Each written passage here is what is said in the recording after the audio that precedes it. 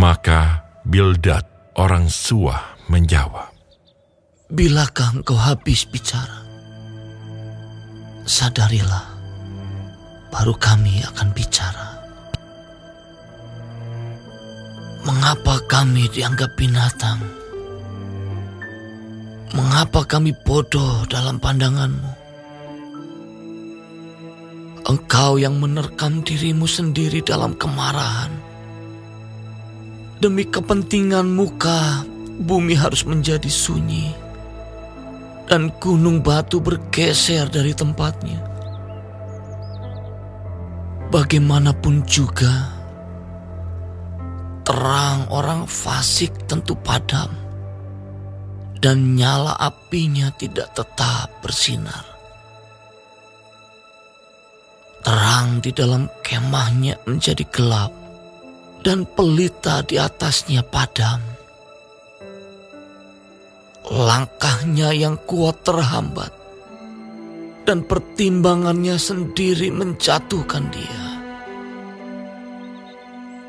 Karena kakinya sendiri menyangkutkan dia dalam jaring, dan di atas tutup pelubang ia berjalan. Tumitnya tertangkap oleh jebak, dan ia tertahan oleh jerat. Tali tersembunyi baginya dalam tanah. Perangkap terpasang baginya pada jalan yang dilaluinya.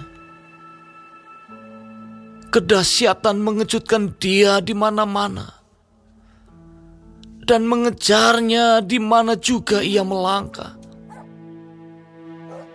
Bencana mengidamkan dia. Kebinasaan bersiap-siap menantikan dia jatuh. Kulit tubuhnya dimakan penyakit. Bahkan anggota tubuhnya dimakan oleh penyakit parah. Ia diseret dari kemahnya, tempat ia merasa aman, dan dibawa kepada raja kedahsyatan. Dalam kemahnya tinggal apa yang tidak ada sangkut pautnya dengan dia. Di atas tempat kediamannya ditaburkan belerang. Di bawah keringlah akar-akarnya, dan di atas layulah rantingnya. Ingatan kepadanya lenyap dari bumi. Namanya tidak lagi disebut di lorong-lorong. Ia diusir dari tempat terang ke dalam kegelapan, dan ia dienyahkan dari dunia. Ia tidak akan mempunyai anak atau cucu cicit di antara bangsanya, dan tak seorang pun yang tinggal hidup di tempat kediamannya.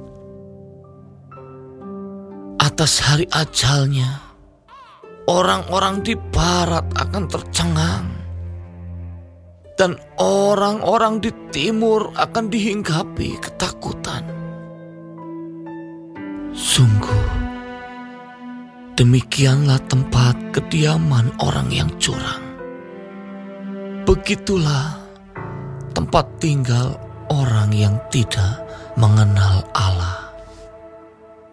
Kitab Ayub pasal 19.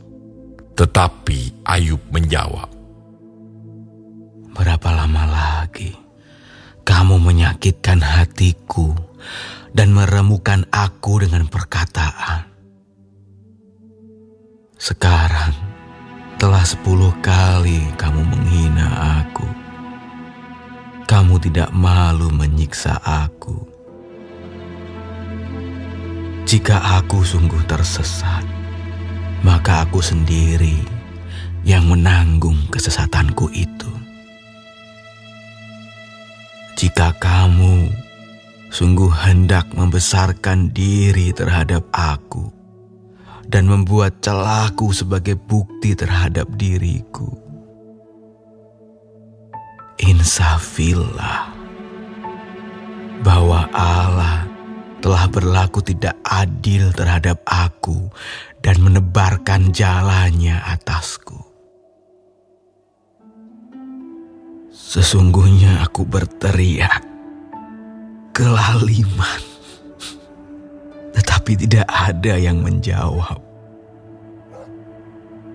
Aku berseru minta tolong, tetapi tidak ada keadilan.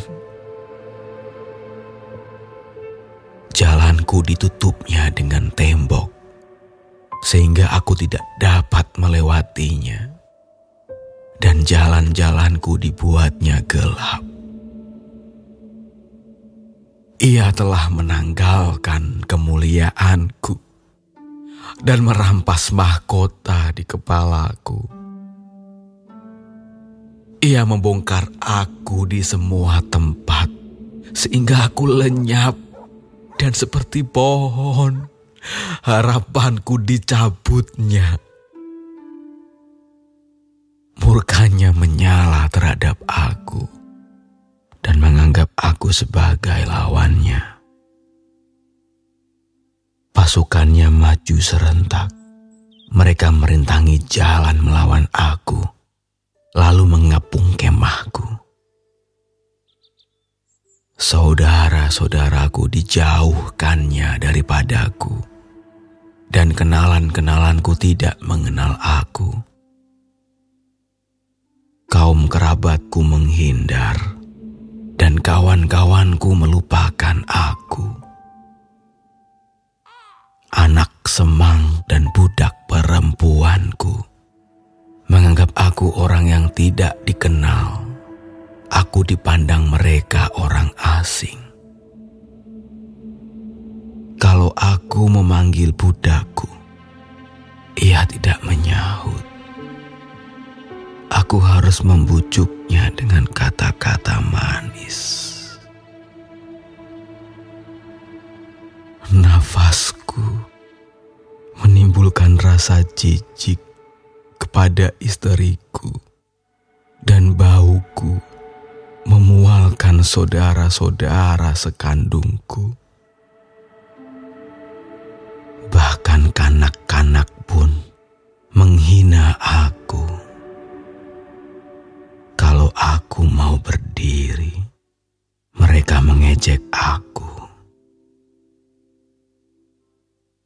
Semua teman karibku merasa muak terhadap aku. Dan mereka yang kukasihi berbalik melawan aku.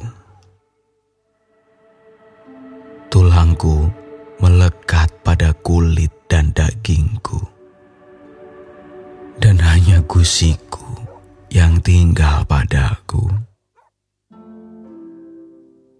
Kasihanilah aku, kasihanilah aku.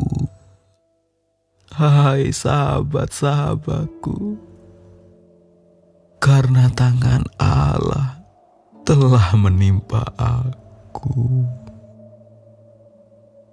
Mengapa kamu mengejar aku seakan-akan Allah dan tidak menjadi kenyang makan dagingku?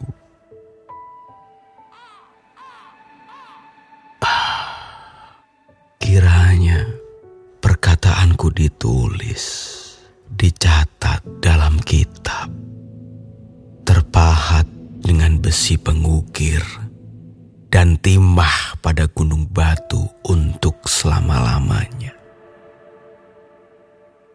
Tetapi aku tahu penebusku hidup, dan akhirnya ia akan bangkit di atas debu. Juga sesudah kulit tubuhku sangat rusak, tanpa dagingku pun aku akan melihat Allah, yang aku sendiri akan melihat memihak kepadaku. mataku sendiri menyaksikannya dan bukan orang lain. Hati sanubariku merana karena rindu. Kalau kamu berkata, kami akan menuntut dia dan mendapatkan padanya sebab perkaranya. Takutlah kepada pedang, karena kegeraman mendatangkan hukuman pedang.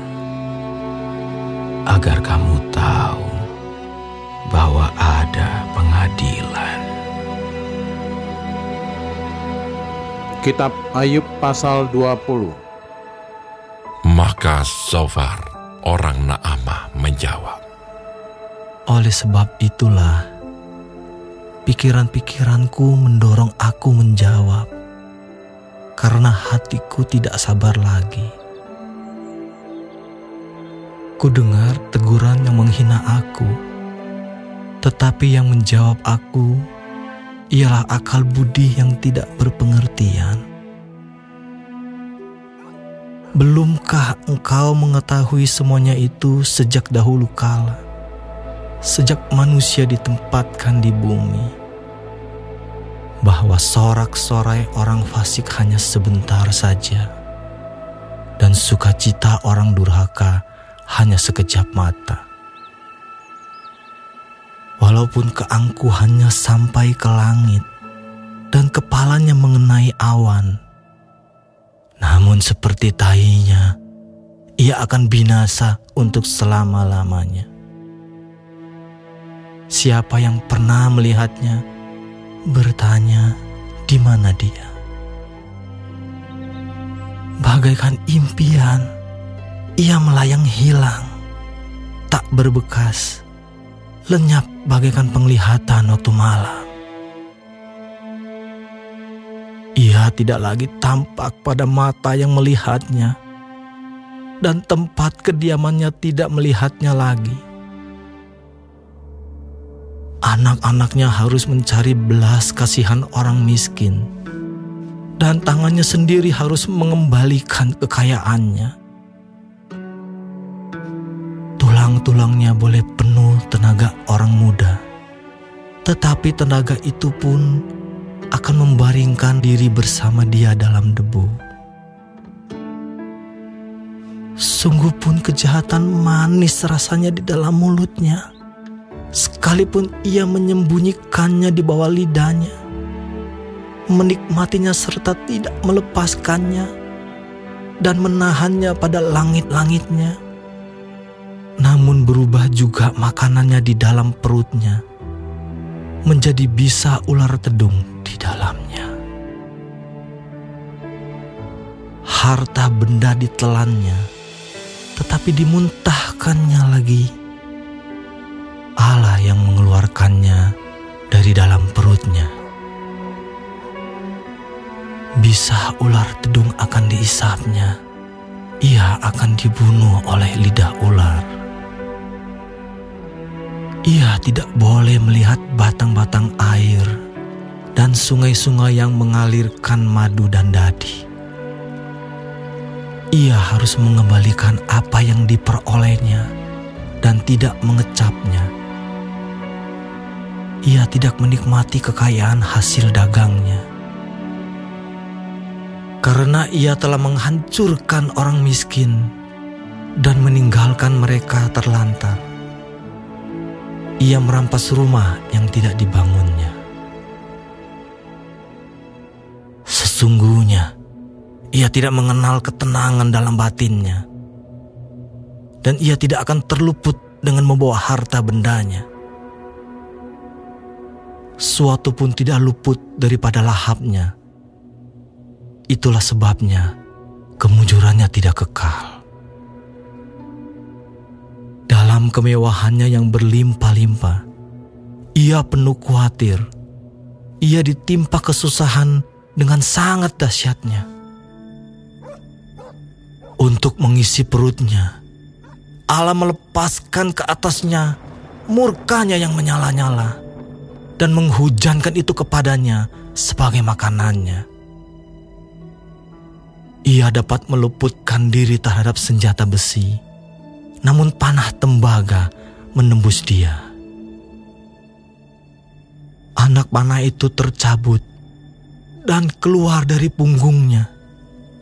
Mata panah yang berkilat itu keluar dari empedunya.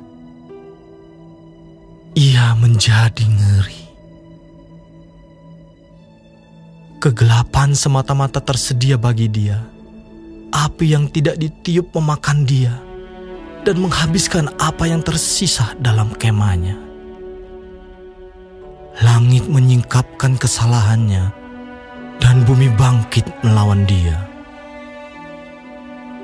Hasil usahanya yang ada di rumahnya diangkut. Semuanya habis pada hari murkanya. Itulah ganjaran Allah bagi orang fasik. Milik pusaka yang dijanjikan Allah kepadanya.